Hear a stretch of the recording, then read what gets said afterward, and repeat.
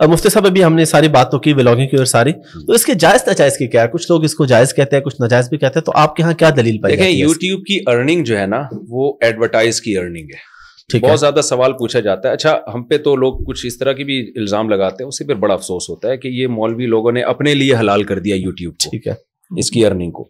ایسا نہیں ہے. یوٹیوب کی ارننگ سے متعلق 2014-15 میں ہمارے پاس سوالات آتے تھے جامعۃ الرشید میں. ٹھیک ہے. اس وقت تو میرا کبھی ہم نے چینل کا سوچا بھی نہیں تھا کہ میں کوئی چینل بناؤں گا یا ہم کوئی چینل بنائیں گے. اس وقت اس پہ میں نے بہت تحقیق کی تھی، کیونکہ میں دارالفتاء میں ہوتا ہوں، وہاں اور سینئر مفتیان کرام کی نگرانی میں بھی ہم کام کر رہے ہوتے ہیں، تو ان سے بھی ہمیں مشاورت کا موقع ملتا ہے. تو اس پہ بہت لمبی چوڑی بحث کے بعد ہم نے اس کے جائز ہونے کا فتویٰ دیا تھا. ٹھیک ہے. اس میں تو اب ہمارا تو تصور نہیں تھا کہ ہم بھی کبھی یہ کام، یعنی ہمارا بھی کوئی چینل ہوگا یا چینل ہوگا تو وہ مونیٹائز بھی ہوگا. تو یہ ایک تو میں لوگوں سے یہ بتا دوں کہ جب بھی کوئی کسی چیز کو کوئی مفتی جائز یا ناجائز کہنا تو نیتوں پہ شک نہ کیا کریں کہ انہوں نے. اچھا کچھ مفتی جو کچھ علماء وہ جو ناجائز کہہ رہے ہیں ان پہ بھی لوگ الزام لگا رہے ہیں، اصل میں اپنا چینل نہیں ہے نا اس لیے ناجائز کہہ رہے ہیں. ٹھیک ہے. قوم کسی حال میں خوش نہیں ہے. باقی یہ کہ اس کے جواز کے دلائل کیا ہیں. ابھی ریسنٹلی کچھ دن پہلے ایک ٹی وی چینل نے کوئی فتویٰ چلایا کہ یوٹیوب کی ارننگ حرام ہے. مجھے لوگوں نے بہت ساری ان کی ویڈیوز بھیجی کہ دیکھو یہ کسی مفتی صاحب کا فتویٰ انہوں نے چلایا. میں نے کہا ٹی وی چینل تو فتویٰ اس لیے چلا رہا ہے، یعنی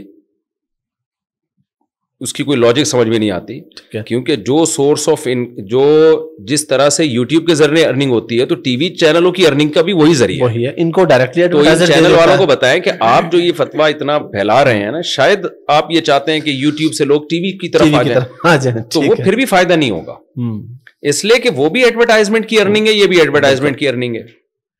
کچھ ایک مولانا صاحب ٹی وی چینل پہ کچھ دن پہلے آ کے کہہ رہے تھے کہ ٹی وی کی ارننگ حرام ہے، سوری یوٹیوب کی ارننگ حرام ہے. ٹھیک ہے.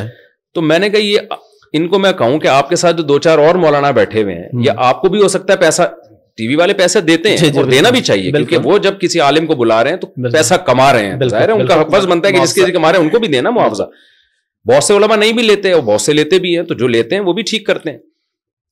تو میں نے کہا جو بیٹھے ہوئے ہیں ہو سکتا ہے یہ خود بھی لے رہے ہوں، تو ان کو یہ پتا نہیں ہے کہ اگر یوٹیوب کی ارننگ حرام ہے تو جو جس وجہ سے حرام ہے وہ وجہ ٹی وی چینلوں میں بھی پائی جاتی ہے، ایڈورٹائزمنٹ کے پیسے. پھر ٹی وی کے نیوز اینکر کی تنخواہ بھی حرام، پھر مبشر لقمان جاوید چودھری کی تنخواہ بھی حرام جو صحافی ہیں جتنے، پھر جناب آپ کا جو علماء وہاں آ رہے ہیں جو ٹائم دے رہے ہیں ان کی بھی حرام، تو وہ بھی حرام. تو دیکھیں ہم پراپر وے میں ہم نے ایک فتوے کا کورس کیا جامعۃ الرشید میں، پھر سینئر مفتیان کرام کی نگرانی میں 20 سال پریکٹس کی ہے، تحقیق ریسرچ کسی بھی فتوے میں یہ اتنا آسان کام نہیں ہے جتنا لوگوں نے سمجھ لیا. بالکل بالکل. تو مفتی کی یہ ذمہ داری ہے تمام پہلوؤں سے کسی چیز پہ غور کریں، ایسا نہ ہو کہ کل اس کو رجوع کرنا پڑے کہ یار میں کہہ کے دیا. بالکل بالکل. تو جو یوٹیوب کی ارننگ کی بیس ہے نا، اگر اس کو ہم حرام کہتے ہیں تو پہلے تو یہ سب کچھ حرام ہو جائے گا. اور حرام ہونے کا مطلب یہ ہوتا ہے کہ جیسے سودی بینک میں کوئی جاب کرتا ہے، سود سے ریلیٹڈ کوئی جاب ہے، تو اس کی ارننگ حرام کا مطلب پھر آپ کے لیے اس کی چائے پینا بھی حرام، یعنی صرف اس کے لیے حرام نہیں. الحرام یتعدی من ذمۃ الی ذمۃ، فقہ کا ایک اصول ہے، حرام پھر سب کے لیے ہوتا ہے. آپ اگر صرف رشوت ہی کماتے ہیں یا میں اگر حرام کماتا ہوں تو پھر آپ کے لیے مجھ سے چائے پینا بھی جائز نہیں ہوگا. تو پھر ٹی وی اینکروں کی تنخواہیں حرام، پھر جناب جتنے بھی جو جائز کام بھی ٹی وی میں ہو رہے ہیں کیونکہ ان کو تنخواہ بہرحال ایڈورٹائزمنٹ سے ہی دی جا رہی ہے، تو سب کی تنخواہیں حرام. پھر ان کی دعوت قبول کروں، اتنا لمبا سیٹ اپ چلے گا نا کہ یہ افورڈ کرنا مشکل ہو جائے گا. ٹھیک ہے. تو علماء نے یہ دیکھا، جو ہمارے یہاں جامعۃ الرشید میں سے بہت تحقیق ہوئی کہ یوٹیوب میں جو آپ کو جو اشتہار چلانے کے جو پیسے دے رہا ہے یوٹیوب، وہ پیسے کس چیز کے دے رہا ہے. میں اس کی ایک مثال سے بات سمجھاتا ہوں. آپ نے ایک دکان کسی کو رینٹ پہ دی، ٹھیک ہے، کہ میں تمہیں یہ دکان رینٹ پہ دے رہا ہوں، شراب کھانے کے لیے نہیں، ٹھیک ہے، جوئے کا اڈا بنانے کے لیے نہیں، میں تمہیں موبائل یا اور کوئی بھی جائز کام کے لیے میں دے رہا ہوں کہ آپ اس پہ اپنی جائز چیز کو فروخت کریں. ٹھیک ہے. آپ نے جناب زید کو وہ دکان دی، زید نے وہاں 2-3 لڑکیاں لا کے بٹھا دی، اس لیے بٹھائیں کہ لڑکیوں کو دیکھ کے نا دکان پہ رش ذرا زیادہ لگ جائے. ٹھیک ہے. یہ کام اس نے 100% غلط کیا. ٹھیک ہے. آپ کے پاس لوگ آئے کہ آپ کی شاپ پہ لڑکیاں بیٹھی ہوئی ہیں، آپ کہیں بھائی میں نے نہیں بٹھائی ہیں، میں نے جس کو رینٹ پہ دی ہے یہ اس کا اپنا عمل ہے. بالکل ٹھیک ہے. اب کوئی شخص کہتا ہے کہ آپ کے لیے اس دکان کا کرایہ لینا حرام ہے چونکہ لڑکیاں بیٹھی ہوئی ہیں. آپ کہیں شاپ یہ موبائل کی ہے، لڑکیوں کی شاپ نہیں ہے، موبائل کے لیے دی. بالکل ٹھیک ہے. یہ موبائل بیچ رہا ہے تو اس میں ایک عارضہ ایک غلط چیز شامل ہو گئی ہے.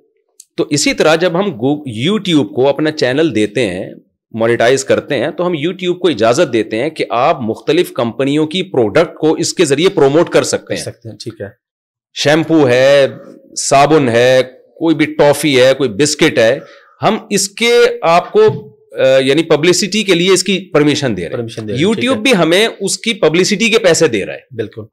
تو نہ ہمارے حکم سے لڑکیاں لے کر آ رہے ہیں, نہ ہمارے مشورے سے اس پہ بے حیائی کی چیزیں لا رہے ہیں. تو جو کچھ بھی وہ لا رہا ہے نا, پیسے ہمیں اس کے نہیں دیتا. پیسے ہمیں جو اصل کام ہے نا اس میں یوٹیوب میں, وہ ہے کمپنی کی جو پروڈکٹ ہے اس کو پروموٹ کرنا. بالکل. تو اس لیے کہتے ہیں ایک چیز اصلاً جائز ہے, ایک وصف اس میں غلط شامل ہو رہا ہے. ٹھیک ہے. تو اس لیے اس کی ارننگ حرام ہے.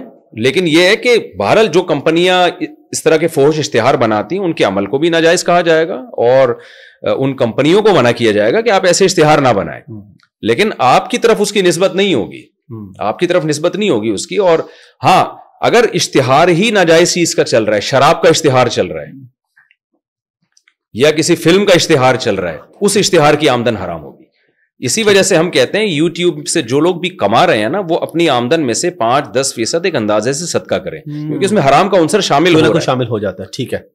تو وہ جو بھی علماء سے مسئلہ پوچھ کے یوٹیوب کے چینل کھولتے ہیں, ان کو ہم سب یہی کہتے ہیں کہ آپ کو کچھ فیصد صدقہ کرنا پڑے گا. ٹھیک ہے. تاکہ اس میں جو حرام کا عنصر شامل ہو رہا ہے آپ کا, اور ظاہر ایک بے حیائی بھی ہے اس میں, تو احتیاط کا تقاضا یہ ہے کہ اس کے عنصر کو بھی شامل کر کے آپ کچھ رقم منتھلی. اب وہ ماہرین کی رائے کا اختلاف ہے, کچھ کہتے ہیں 5% کرنی چاہیے, کوئی 10%. وہ تو جس کی جو رائے ہے اس کے مطابق اللہ سے جتنا جس کا تعلق ہے وہ صدقہ کرے اس میں سے. بالکل.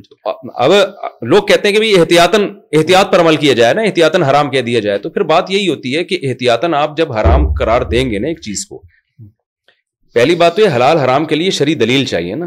مفتی یہ تو نہیں کر سکتا کہ احتیاطاً اس کو وہ کہہ دے کہ حرام ہے. وہ ایک مثال ہے, گاؤں میں ایک مولوی صاحب تقریر کر رہے تھے, تقریر کے دوران انہوں نے کہا جو لوگ ٹی وی دیکھتے ہیں دار اسلام سے خارج ہیں. اچھا. ہمارے استاذ نے یہ واقعہ سنایا, کہتے ہیں جب اسٹیج سے اترے لوگوں نے پوچھا یہ ٹی وی دیکھنے والا دار اسلام سے کب سے خارج ہو گیا؟ انہوں نے کہا میں نے احتیاطاً کفر کا فتویٰ لگایا ان کے اوپر. احتیاطاً کافر. ٹھیک ہے. تو احتیاطاً حلال حرام تو نہیں. ہاں یہ ضرور ہے کہ اعلیٰ درجے کے تقوی کا تقاضا کیا ہے. ٹھیک ہے. کہ بھائی آپ مونیٹائز ہی نہ کریں, تاکہ کوئی ایڈ اس طرح کا کوئی جو فحش آ جاتے ہیں چلے ہی نہیں, آپ کا چینل بالکل صاف ستھرا رہے. تو یہ بات ٹھیک ہے کسی حد تک, لیکن اس میں ایک دوسرا پہلو بھی ہے کہ اگر آپ اس کو مونیٹائز نہیں کرتے تو لوگوں پہ رزق کے دروازے جو بند ہو رہے ہیں. پاکستان کی آپ حالات دیکھیں, جو ماہرین ہیں معیشت کے, ہماری ان سے بھی بات چیت ہوئی ہے, وہ کہتے ہیں اس وقت پاکستان کے لیے سب سے زیادہ ضرورت یہ ہے کہ باہر سے ڈالر ہے. بالکل. یوٹیوب اس کا سب سے بہترین ذریعہ ہے. بالکل. آپ تقوی کے اعلیٰ معیار پہ تو جا رہے ہیں اور قوم پہ رزق کے دروازے بند کرنے ہیں, تو آپ کا کیا خیال ہے کہ یہ سارے حیا والے اور نیک پرہیزگار نیٹ کلین پیدا ہوں گے؟ یہ اس سے بھی جائیں گے, جتنا ان کے اندر تقوی ہے نا اس سے بھی جائیں گے. اور دوسرا یوٹیوب پہ ایک اور چیز بھی ہے کہ بے حیائی کا عنصر اتنا زیادہ ہے یوٹیوب پہ, اتنے مواقع ہیں کہ کسی نے اگر واقعی صحیح معنی میں بے حیائی کرنی ہوتی ہے نا تو وہ ایڈ دیکھ کے نہیں کرتا. ہاں, اس کے لیے بہت ساری سائٹس ہیں اور اتنا کچھ ہے کہ اس چیز کو بھی مد نظر رکھنا چاہیے. تو اس لیے لوگوں پہ میں سمجھتا ہوں رزق کے دروازے بند نہیں کرنے چاہیے.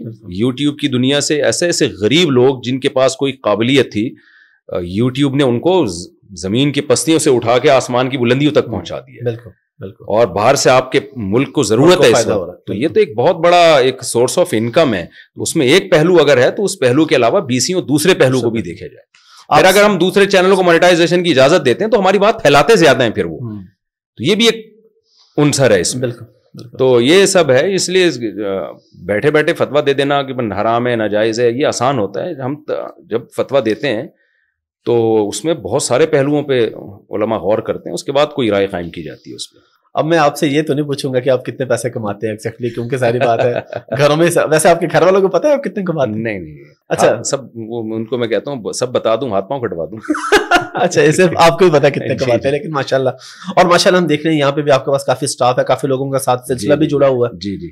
کتنے لوگ ہیں آپ کے پاس اس حوالے سے, صرف جو یوٹیوب؟ بھائی میرے پاس کتنے لوگ ہیں عثمان بھائی, کتنے لوگ ہوں گے ہمارے پاس؟ یہ احمد بھائی ہیں سب کے جو جی وہاں ظاہر ان کے پاس ایک الگ سے ٹیم ہے, تو فری لانسر بھی لیے ہوئے ان میں, اور یہاں کا پورا دفتر بھی ان کے حوالے ہے. تو